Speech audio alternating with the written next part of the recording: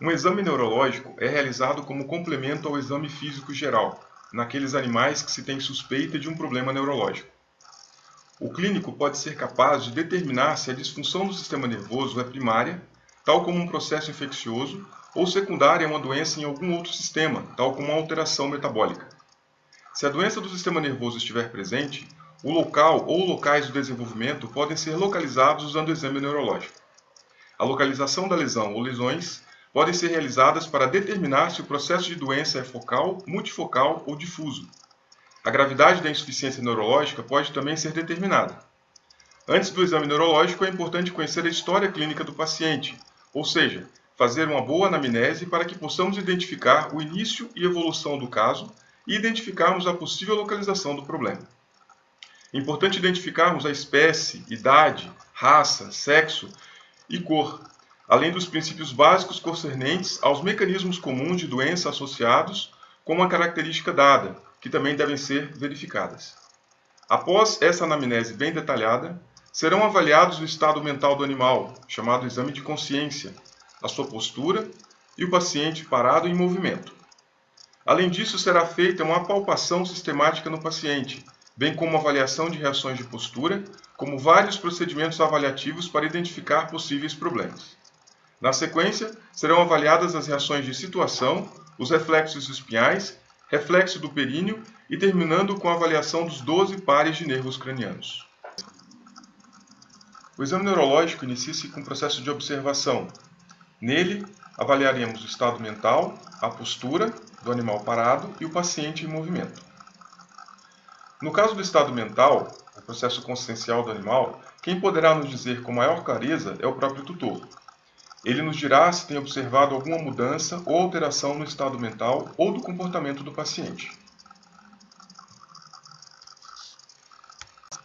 Os animais afetados frequentemente andam compulsoriamente, perdem-se em lugares afastados e prensam suas cabeças contra objetos. Se a lesão é unilateral, o animal frequentemente anda compulsoriamente em círculos, largos ou apertados, em direção ao lado da lesão.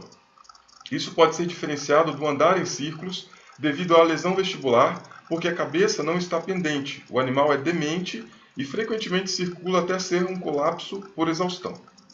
Em lesões vestibulares unilaterais, a cabeça do animal está pendente, ele é mentalmente normal e a circulação não é compulsiva. As lesões do córtex do lobo temporal, sistema límbico e hipotálamo podem também produzir alterações comportamentais estranhas, tais como agressão, hiperexcitabilidade, passividade extrema e hipersexualidade. As lesões do mesencéfalo geralmente produzem animais que são sonolentos, semicomatosos ou comatosos. Para avaliarmos o estado mental de um animal dentro de um consultório, podemos deixá-lo à vontade, andando pelo recinto e observarmos seu estado natural. A postura avaliaremos com o paciente parado. Observaremos a posição da cabeça, do tronco e das extremidades, verificando se há possível alteração e, tendo alguma, pode ser indicador de lesões neurológicas, tais como córtex cerebral, tálamo, hipotálamo, mesencéfalo, ponte e bulbo. Para avaliar o paciente em movimento, temos que fazê-lo em condições de terreno diferentes, ou seja, em pisos sem obstáculo e, se possível, fazê-lo subir e descer degraus. É importante observar o paciente lateral, frontal e caudalmente, enquanto caminha. Para isso, temos que caminhar com o paciente para frente, para trás e fazê-lo girar de um lado e do outro.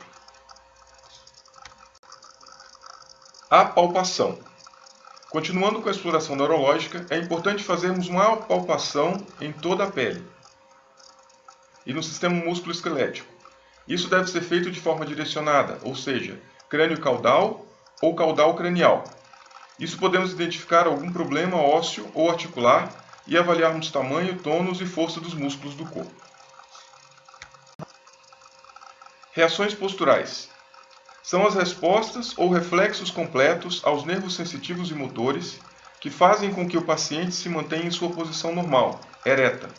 Sua avaliação não permite localizar de forma precisa uma lesão do sistema nervoso, porém pode indicar lesões nervosas que possam afetar o movimento do paciente. Propriocepção. O teste de propriocepção, ou posição proprioceptiva, é executado colocando-se o membro apoiado sobre a pata, e observando-se a capacidade do animal de corrigir essa posição anormal. Isso faremos na pata anterior direita, pata anterior esquerda, pata posterior esquerda, pata posterior direita. O membro pode também ser aduzido ou abduzido em posturas anormais, as quais o animal, com senso proprioceptivo normal, deve corrigir. A propriocepção é uma função dos nervos sensitivos periféricos e tratos sensitivos da medula espinhal, através do tálamo para o córtex cerebral do lobo frontal. Prova do carrinho de mão.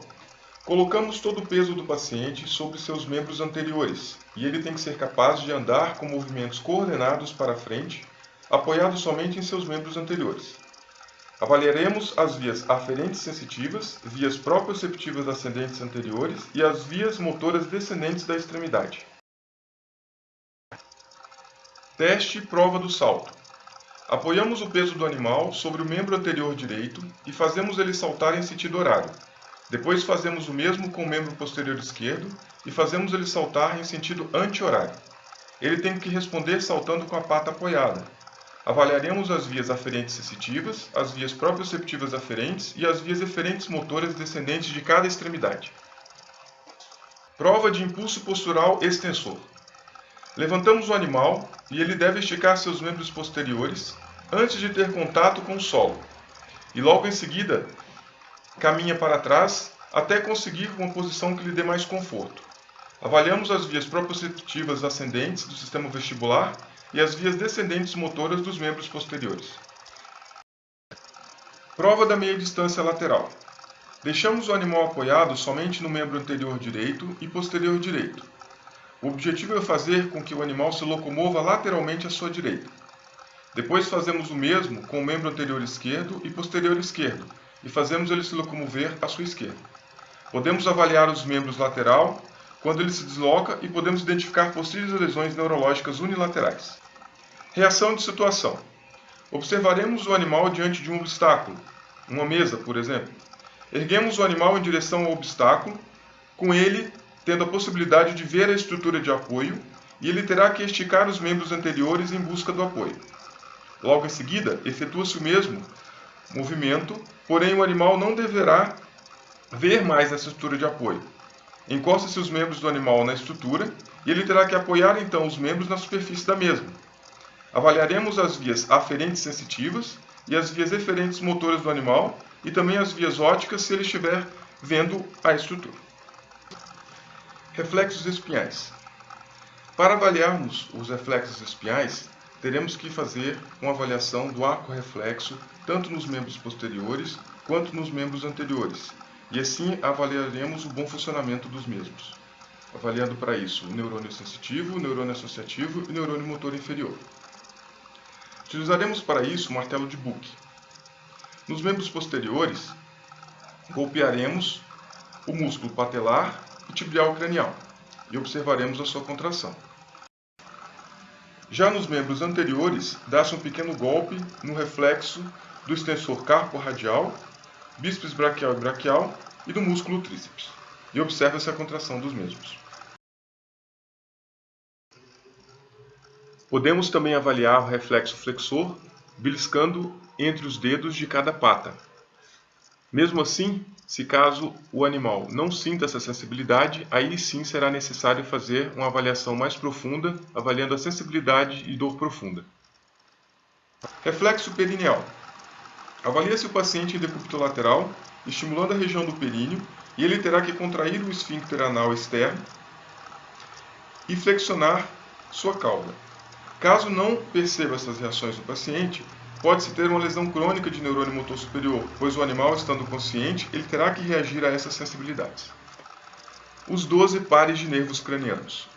Os testes dos nervos cranianos avaliam a função dos nervos periféricos cranianos específicos e regiões anatômicas do tronco cerebral, do córtex pré-frontal e hipotálamo, caudalmente à medula. As lesões do tronco cerebral frequentemente produzem deficiência dos nervos cranianos, que ajudam muito na localização da lesão em um segmento particular. Os nervos cranianos devem ser testados bilateralmente e os lados examinados quanto à simetria. Os 12 pares de nervos cranianos recebem uma nomenclatura específica, sendo numerados em algarismos romanos, de acordo com a sua origem aparente no sentido rostro-caudal. Primeiro par de nervo craniano, nervo olfatório. São originados na região olfatória de cada fossa nasal, atravessam o osso etimoide e terminam no bulbo olfatório. Possuem função exclusivamente sensitiva, sendo responsáveis pela condução dos impulsos olfatórios. Podemos testar esse nervo oferecendo um petisco ao animal, vendo se ele o cheira. Podemos também deixar ele solto no ambiente para ver se ele fareja algo novo ou se procura sua vasilha de comida. Segundo par de nervos cranianos, nervo óptico.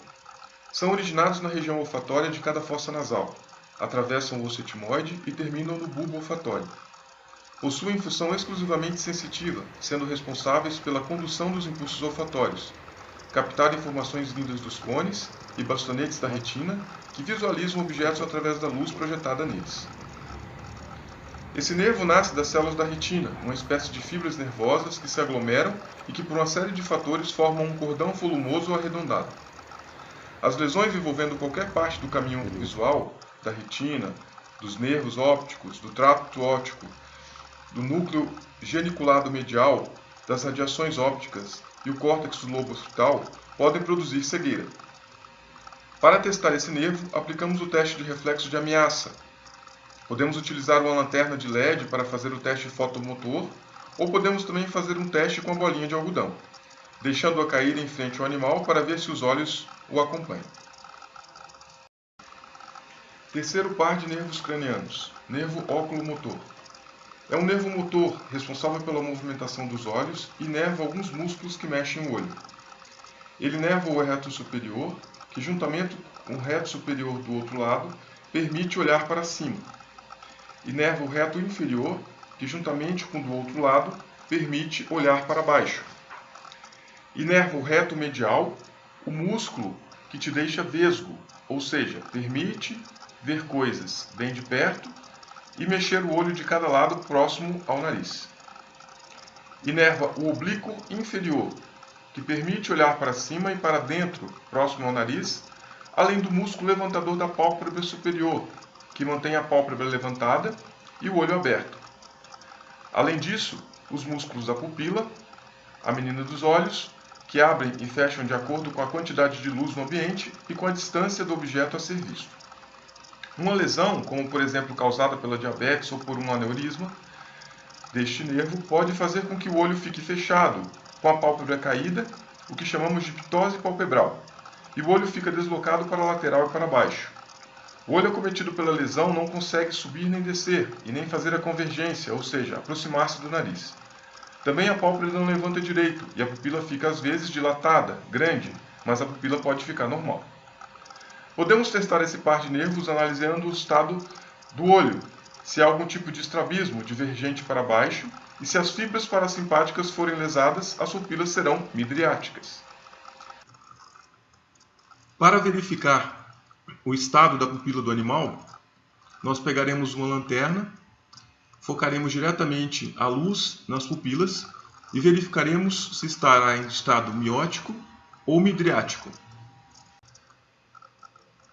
Avaliaremos o quarto e o sexto pares de nervos cranianos juntos. Quarto par de nervos cranianos, nervo troclear. É um nervo com parte sensitiva e motora, também relacionado com a movimentação dos olhos e a visão. O nervo troclear inerva um músculo chamado de oblíquo superior. Quando este nervo é lesionado, podemos notar um estrabismo divergente dorsolateral ou uma lesão do disco ocular, facilmente percebida em gatos, chamado de pupila em fenda. Sexto par de nervos cranianos, nervo abducente. É responsável pela inervação do músculo reto lateral do olho e do bulbo. Uma lesão neste nervo pode causar estrabismo convergente. Para isso, segura-se a cabeça do animal e a leva lateralmente, observando-se como o globo ocular se movimenta. Quando se leva a cabeça lateralmente, os olhos tendem a fazer um movimento lento, até que se faz um movimento rápido em direção ao lado limite onde ele está olhando. Quinto par de nervos cranianos, nervo trigêmeo. Apresenta uma porção motora e outra sensitiva. A porção motora atua nos músculos relacionados com a mastigação, exemplo temporal, masseter, milioide digástrico no ventro inferior. A porção sensitiva apresenta 3 ramos, o oftálmico, maxilar e mandibular. Reconhece temperatura, dor, pressão e tato. Este nervo é responsável por inervar a face, dura mater, cavidade nasal, dentes, gengiva, língua e músculos da mastigação. Podemos testar esse par tocando a face do paciente e analisando se o mesmo executa a mastigação. Além disso, testa-se tocando na pálpebra do animal, observando se o mesmo a contrai, enfiando levemente um objeto para irritar a cavidade nasal do paciente. Ou então podemos avaliar abrindo a boca do animal e verificando a força dos músculos que compõem a mastigação.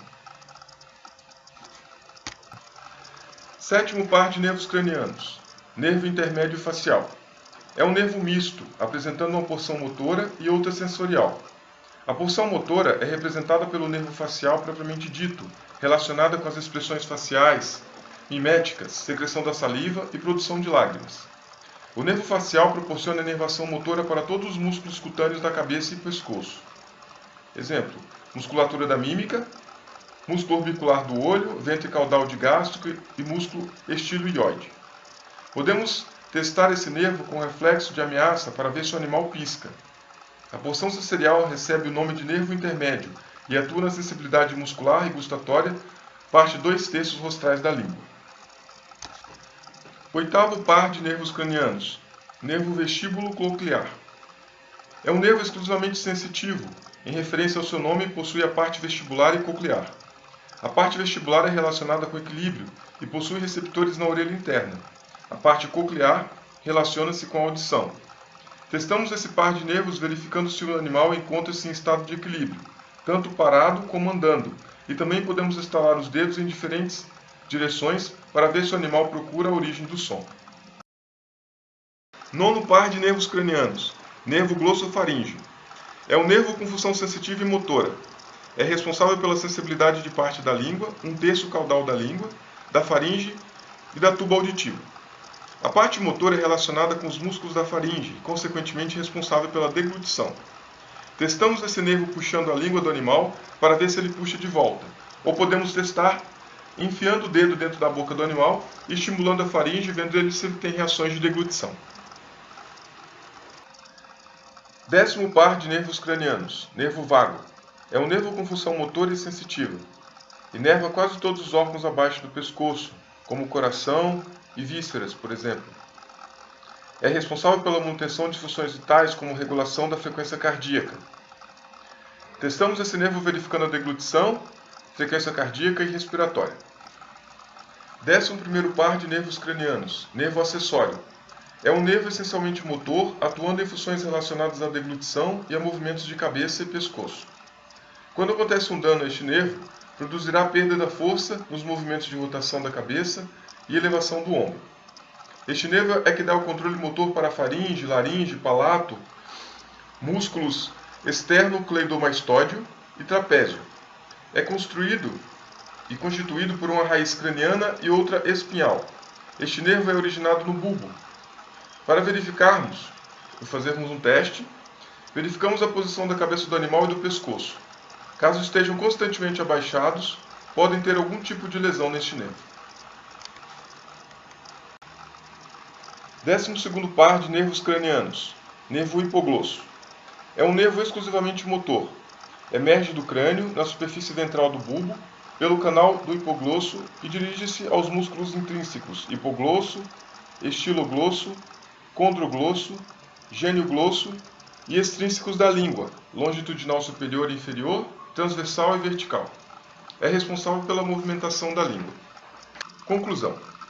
A neurologia veterinária engloba todo o sistema nervoso central dos animais, composto por medula espinhal, cérebro, cerebelo, sistema nervoso periférico, constituído por nervos, fibras motoras e sensitivas, e tronco encefálico.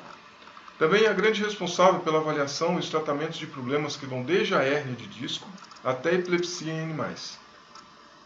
Embora o sistema nervoso central dos animais seja extremamente complexo e delicado, boa parte das doenças e problemas em animais de pequeno porte relacionados à neurologia podem ser tratados e melhorados de maneira significativa, especialmente quando há a possibilidade de um diagnóstico precoce, dando a oportunidade de que um tratamento seja iniciado de maneira imediata e, com isso, possa obter resultados melhores e mais rápidos.